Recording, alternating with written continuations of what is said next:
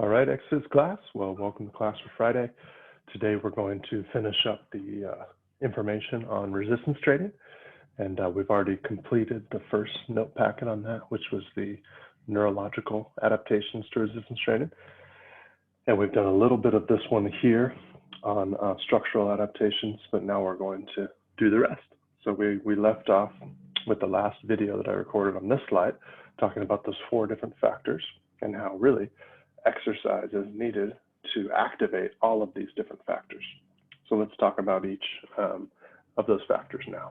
Okay, so we're going to talk about genetics first. Okay, one of the most prominent genes that is related to how much somebody can hypertrophy is called myostatin. Myostatin was discovered back in the late 90s, and it's expressed mostly just in skeletal muscle. And what they do when they want to do a study like this to figure out, well, is this certain gene a key player in a certain effect or a certain trait that shows up in organisms? What they do is they can actually create mice or other organisms that don't have that gene, and then they compare them to ones that do have that gene. So they make what's called myostatin knockout mice. Okay, so they knock that gene out completely, produce a bunch of those mice, and then they see how they're different from the ones that do have it. Okay, and so what they saw with these studies was that myostatin knockout mice, the muscles weigh 2 to 3 times more than those of the regular animals. Okay, and so what we know from that is that myostatin is a negative growth factor. Okay, so the more myostatin you have, the less skeletal muscle mass you have. The less myostatin you have, the more skeletal muscle mass you have. So the key here is that humans have a differing level. Everybody has a different level of how much myostatin is expressed in their bodies. Okay, so the ones that express more of it have less muscle mass. The ones that express less of it have more muscle mass. Okay, so we can see some slides from that classic study in the late 90s, and we can see one that has the myostatin genes knocked out here. Okay, much bigger compared to the one that has the normal myostatin genes. When they actually dissected the animals, we can see some of their leg muscles, huge compared to the other ones, right? Same thing here, right? Just gigantic muscles compared to the other ones. They actually had a cow that was a myostatin knockout cow as well. And you can see how ripped this cow is. Look at its hamstrings back here, right? You can make out all 3 of his hamstring muscles, or hers. I'm not sure if that's a male or female. Just incredibly ripped cow. Okay, you can see up here with the arm muscles. Yeah, incredible, right? So this is a major factor. It's not necessarily one that we can affect or we can change, but it is a factor. Okay, what about hormonal influences? So there's a lot of hormones that are very important in this, and normally would ask this question in class: so true or false, women release testosterone in order to increase muscle mass, elicit hypertrophy? Really the question that comes before this, typically that I ask is, do women have testosterone in their bodies? And the answer to that one is yes, they do have testosterone, okay? But do they actually release testosterone in response to resistance training to help them increase muscle mass? And so women can cause, and so we'll say false on this one, they do not release testosterone to cause that hypertrophy, but they can obviously have hypertrophy, but it happens via testosterone independent mechanisms. So the way that men hypertrophy versus the way that women hypertrophy is different. All right, so let's talk a little bit about the hormones that are involved in this. And when we talk about this, we need to consider both anabolic factors and catabolic factors, right? So anabolic is building up, catabolic is tearing down. Okay, so the main hormones involved in hypertrophy, number 1 is cortisol, and that one's catabolic. Number 2, testosterone, obviously anabolic. Okay, and then number 3, growth hormone, and this one is mostly males, most likely. This one is obviously males and females, and then maybe even estrogen in females. Okay, that one is a little bit less defined and less understood. but there might be something to do with estrogen and women, and that one's definitely anabolic as well. Women in hypertrophy may be related to estrogen. Okay, so the type of exercise is critical to get the maximal disruption or fluctuation in these hormones. Okay, so the more muscle mass involved, the greater hormonal swings that we'll get. Okay, so so the changes in hormone status, larger changes in hormone status if you have more muscle mass involved. And this is really why, one of the reasons why we see a huge use of Olympic weightlifting techniques like clean and jerk and snatch and the overhead press and all these different things, right? Full body exercises involving lots of muscle mass. That's good functionally, but it's also good to really get you these hormonal shifts that you want. Okay, let's look at cortisol first. So cortisol, again, is a catabolic hormone. What stimulates it is stress. What stimulates it is stress, right? And so exercise is included as a stressor. Okay, exercise is definitely a stressor. Okay, and what happens to muscle cells? Well, it causes muscle cells to decrease glucose uptake. We've already talked about that one. That's what helps raise glucose levels in the blood. Also causes proteolysis, right? It causes protein breakdown inside of muscle cells, okay, which then leads to an increase in amino acid availability. Okay, those amino acids go to the liver, and we get glycogen from that, or we get glucose from that, we get glycogen from that. Okay, fat cells also causes them to decrease glucose uptake, but causes them to break down fat. Okay, we get more free fatty acids available in the blood. We get more free fatty acids going to the liver.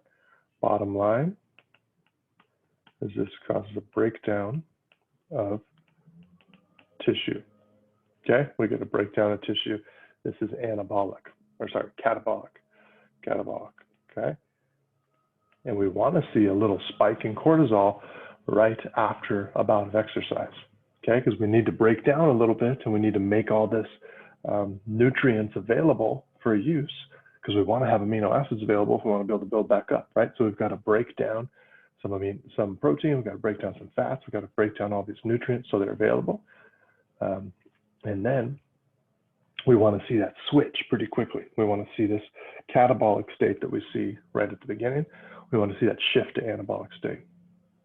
So this is happening early in the hypertrophy response. Okay, and then soon after that, we shift to anabolic. Okay, and so testosterone, at least in males, is a key factor here, and it might be key in females. I'll explain that in one sec. Testosterone leads to hypertrophy in two distinct ways. It actually directly starts protein synthesis. Okay, we can see that right here. Remember, when you've learned about protein synthesis in biology courses, you probably learned about transcription factors. Right? Transcription is the formation of messenger RNA, right? We got to make that messenger RNA from the DNA inside the nucleus, and that messenger RNA goes out to the rough ER, where it meets up with a ribosome, and then that ribosome can use that messenger RNA to make the protein, the polypeptide chain, right? But we got to have something to tell the enzymes inside the nucleus where to start on the DNA. Where do we start? Which protein do we want to make? And that's called the transcription factor. It binds to the DNA, tells the cell where to start making that messenger RNA. Testosterone is a transcription factor. Okay, so it directly starts protein synthesis.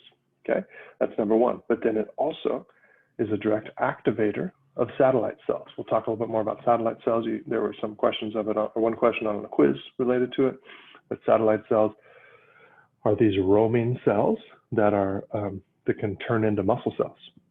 Okay, and so they're key in the response to resistance training, and they're key in getting your cells bigger, or maybe even forming and coming together to make new muscle cells. All right, so we can see that right here. Testosterone directly activates satellite cells, that makes them proliferate, and then causes muscular hypertrophy. Okay, the one thing I'll say, well, I'll say this in a sec. So this is looking at age and strength in both males and females. Okay, so we see arm pull strength as kids grow up. Okay, so we're seeing this linear increase in both males and females. Okay, up until about puberty, right? We see about 13 years old. Now we see the males take off in strength. Females still continue to grow in strength, but just at a lower rate. And we can see what else changed right at that time.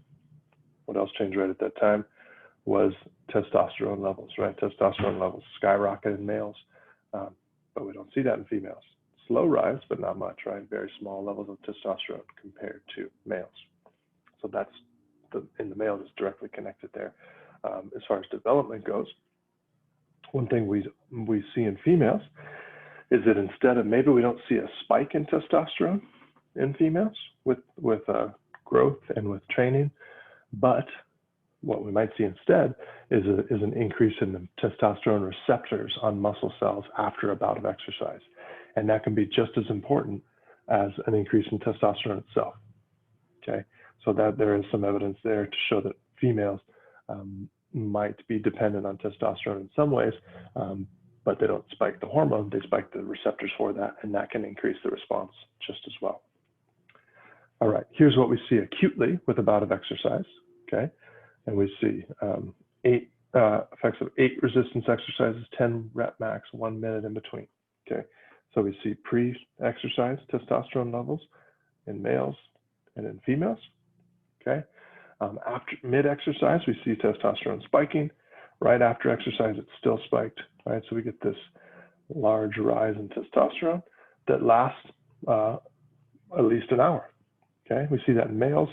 In females, it's flat, right? There's no spike in testosterone.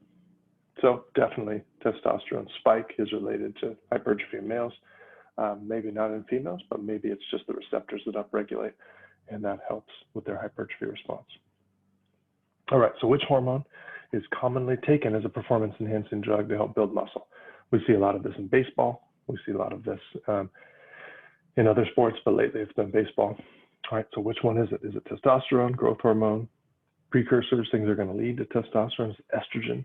Is it insulin? These are all anabolic hormones, including insulin. But what it's actually been are these precursors to testosterone. Back in the day, 70s and 80s, it was more testosterone itself, but that became too easy to detect on drug tests. And so now it's more likely to be things that will turn into testosterone. Okay, so these are called hormone precursors or prohormones. One of the most common ones is DHEA. Okay, that's how you say it. Androstenedione is one that you might have heard of in the news media. It will be converted into testosterone. Okay, so these will exert anabolic effects on skeletal muscle, but they're not as powerful as testosterone itself. And these chemicals are also released from the adrenal gland, right? This is a source, that's our other source of testosterone besides the testes, is the adrenal gland, and this is what the adrenal gland releases. It doesn't release testosterone itself. Okay, what about growth hormone? Growth hormone is obviously another important anabolic hormone. So, but the deal with growth hormone is growth hormone alone doesn't stimulate hypertrophy.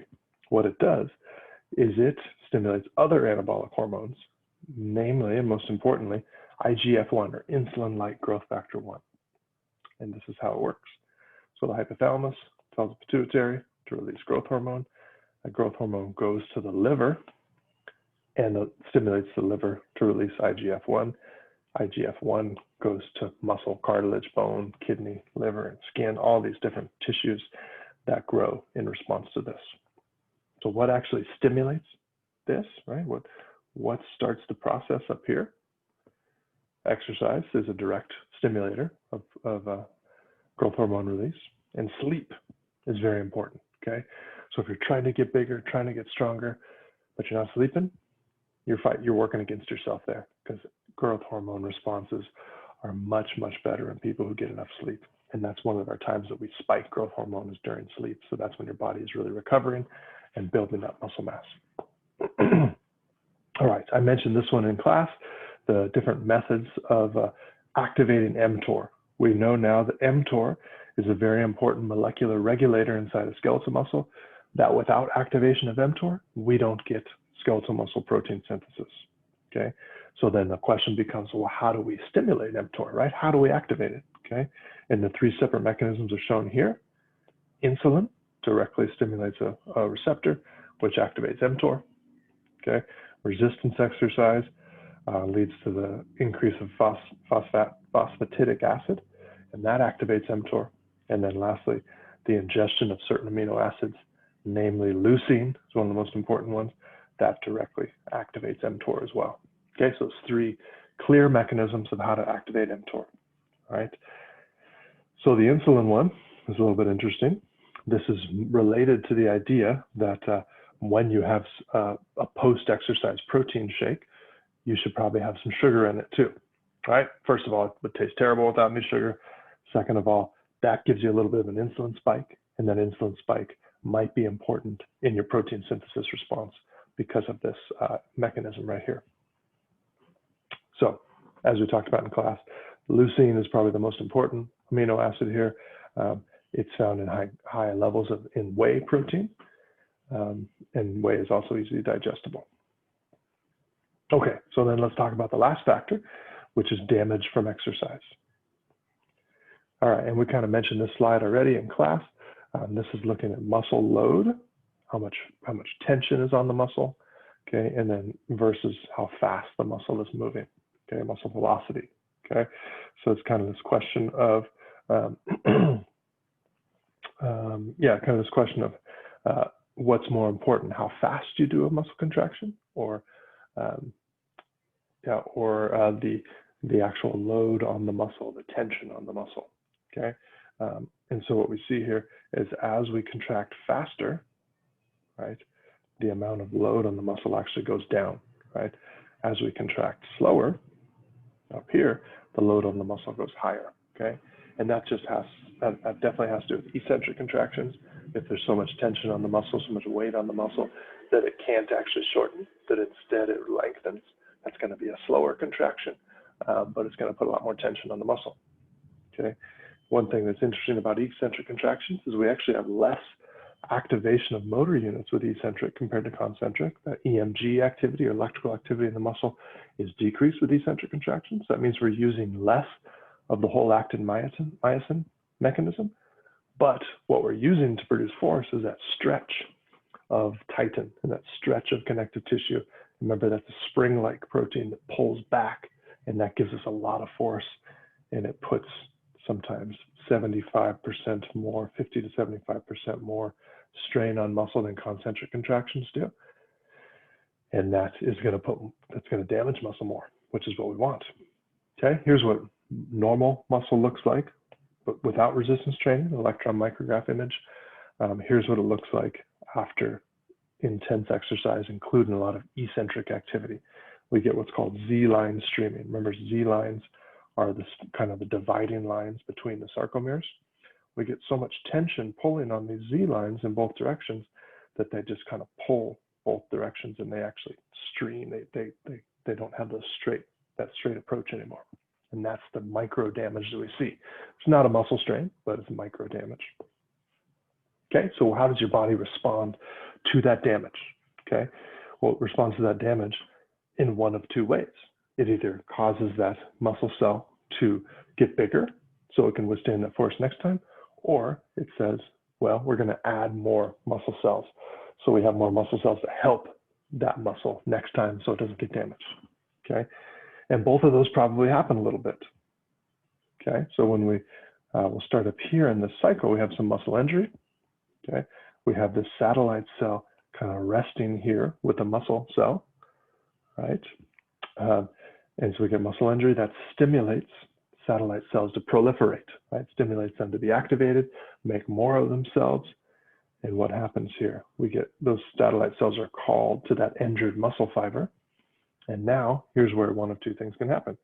Those satellite cells can either fuse in with that muscle cell that's already there and add a nucleus to it, right? If we add another nucleus to a muscle cell, now that muscle has the ability to make more protein, and it does, so it gets bigger. It adds more myofibrils, right? Or we get all those satellite cells that just proliferated, they combine together to make a new muscle cell, right? So this one is hyperplasia, this one is hypertrophy, okay? And so the bottom line is we probably get a little bit of both, okay? But the vast majority of our muscle size increase most likely comes from hypertrophy. I'll talk a little bit about hyperplasia here in the end, okay? So what do we get as far as, well, let's just pause on a second on that idea of muscle growth and talk about what causes muscle soreness first, okay? Muscle soreness is, again, is caused by damage to muscle, or micro tears to muscle, okay? Creatine kinase is a marker for muscle damage because when we damage muscle cells like this, we leak out stuff that's inside of the muscle cells. So we leak out creatine kinase, okay? So if all of a sudden we got higher levels of creatine kinase in the blood, so this is before exercise, this is after exercise, this is 12 hours after exercise, 24, right? So we see a spike in creatine kinase after intense exercise, okay? And that goes right along with soreness, right? So we know that muscle damage is directly connected to soreness, okay? So what causes this soreness? Well, we get muscle damage, okay? We get damage to muscle. We get activation of the immune system, leading to chemotaxis, to the injury site. Okay, so that means a bunch of immune cells come to that injury site, right? And when they do that, immune cells release chemicals that cause pain and stiffness and inflammation. So it's really inflammation that causes muscle soreness, right? So inflammation is the key there. That inflammation is due to damage to the muscle and an immune system coming in. All right, and we kind of went through this process already, which is what variables cause the most damage with eccentric contractions. Is it doing more weight, or is it being able to take that contraction out to where you fully stretch yourself? Okay, we talked about this. Length of contraction is probably more important because the more stretched out you get, the more damage is caused. Okay, and we talked through this one already. Yeah. All right. So why is percent strain or length of muscle the primary factor for muscle damage? Well, it's, again, I'll recap this. This is sarcomere length on the x-axis. When we look at these sarcomeres, we can see that the myosin heads or myosin actin is so stretched out that we don't have many myosin heads actually helping us out produce force. So what has to help instead? Connective tissue, right? So we strain the connective tissue, and when we put all that strain on connective tissue, we end up putting more tension on muscle and damaging muscle a little bit. Okay, so let's recap this. So genetics, the three components of hypertrophy, genetics, we talked about the myostatin gene, okay, and how it's a negative growth factor. Okay, that's important. The catabolic hormone we talked about, it's cortisol. So we want to see that spike early, then go down. Okay, the anabolic ones we talked about, growth hormone for both males and females, testosterone for males for sure, and then females, maybe an increase in receptors. Okay, and then also estrogen, possibly. Okay, in females. All right, so we got that. And then this process of muscle damage and repair, right? We need tension with eccentric contractions. Okay, we get damage. We get chemotaxis of immune cells. That's part of it, but and satellite cells. I have a hard time spelling that word. I don't think I spelled it right. Sorry. Satellite cells. Okay, so then those satellite cells, with the help of the immune system comes and cleans up, does some things, but then those satellite cells come in and they either add nuclei to the old cell, or they join together to form new cell. And this would be hyperplasia. This would be hypertrophy. Okay, and so that is kind of those are those key steps there related to that.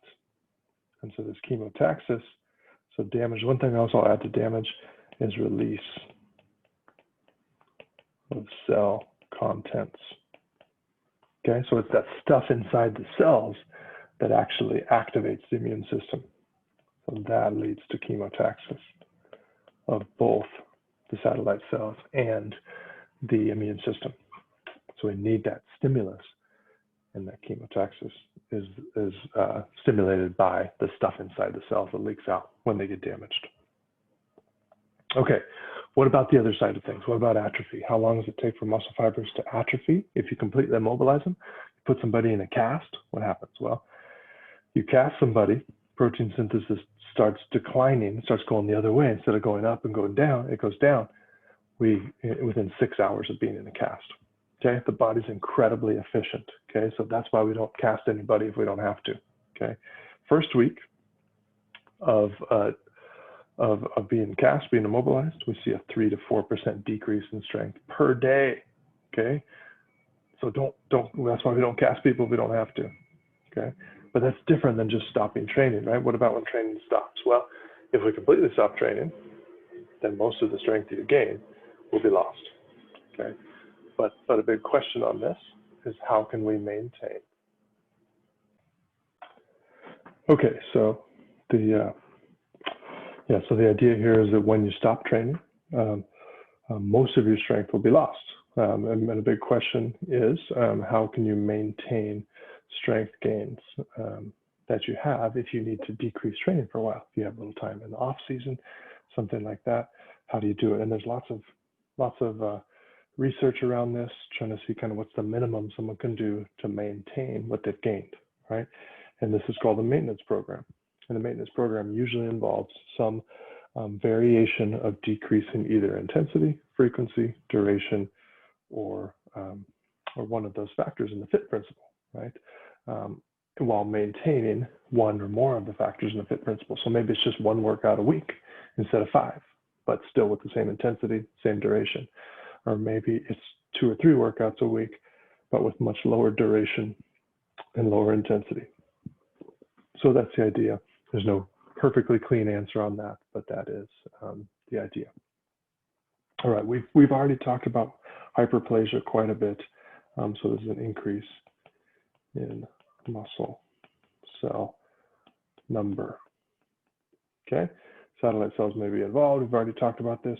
There's clear evidence in animal models, but there's some indirect evidence that suggests it probably happens in humans, but it's probably not a huge factor. Sorry guys, I just realized you couldn't see my screen during that time. This is what I was writing. Hyperplasia is an increase in muscle cell number. Satellite cells may be involved, as we already talked about. Animal models show clear evidence of hyperplasia. Humans, it's a little bit more indirect. Okay, one of the classic animal studies that did this was they had cats lift weights, pretty much push down on this little weight thing, And they increase the load, increase the frequency, increase the intensity. These cats got buff because the reward they would get is they would get food when they did this, and they made it harder and harder and harder. Very intense weight training for the cats. And then they compared cats that did this workout versus cats that didn't do the workout, same genetics. They saw a definite increase in muscle cell number. Okay. We can also see hyperplasia due to stretching. This is seen in bird research where they stretch the bird's wing with a weight. Very brutal research, not something that I would like to be involved in, but they see splitting of muscle fibers in that way. Okay, does it happen in humans? Probably yes. Okay, difficulties in research, you literally have to count muscle fibers. So this research takes months and months and months and literally under a microscope picking out muscle fibers and counting them one by one. So it's incredibly tedious and incredibly ripe for errors. Okay, so, and obviously when you're dealing with humans, you can't just take the whole muscle out and count every muscle fiber like you can in animals. So you have to take a chunk of the muscle, count the muscle fibers in there, and then extrapolate that out to the whole muscle size, which is obviously inherent for errors as well. Okay, but another important factor in adaptations to endurance or to resistance training is can we change our muscle fiber types? Okay, and we can. What we see is with HIIT and resistance training, we see this switch from type 1 fibers to type 2A. Okay, so they're still oxidative, but they switch over to the faster type of myosin ATPase, and that's a good adaptation. And then with just resistance training, we see some of our type 2X fibers switching over to type 2A fibers, right? So they become more oxidative. They get more mitochondria, but they keep that fast type. So we end up with more type 2A fibers in both of these situations. All right, guys, that's what we got. We'll see you next week.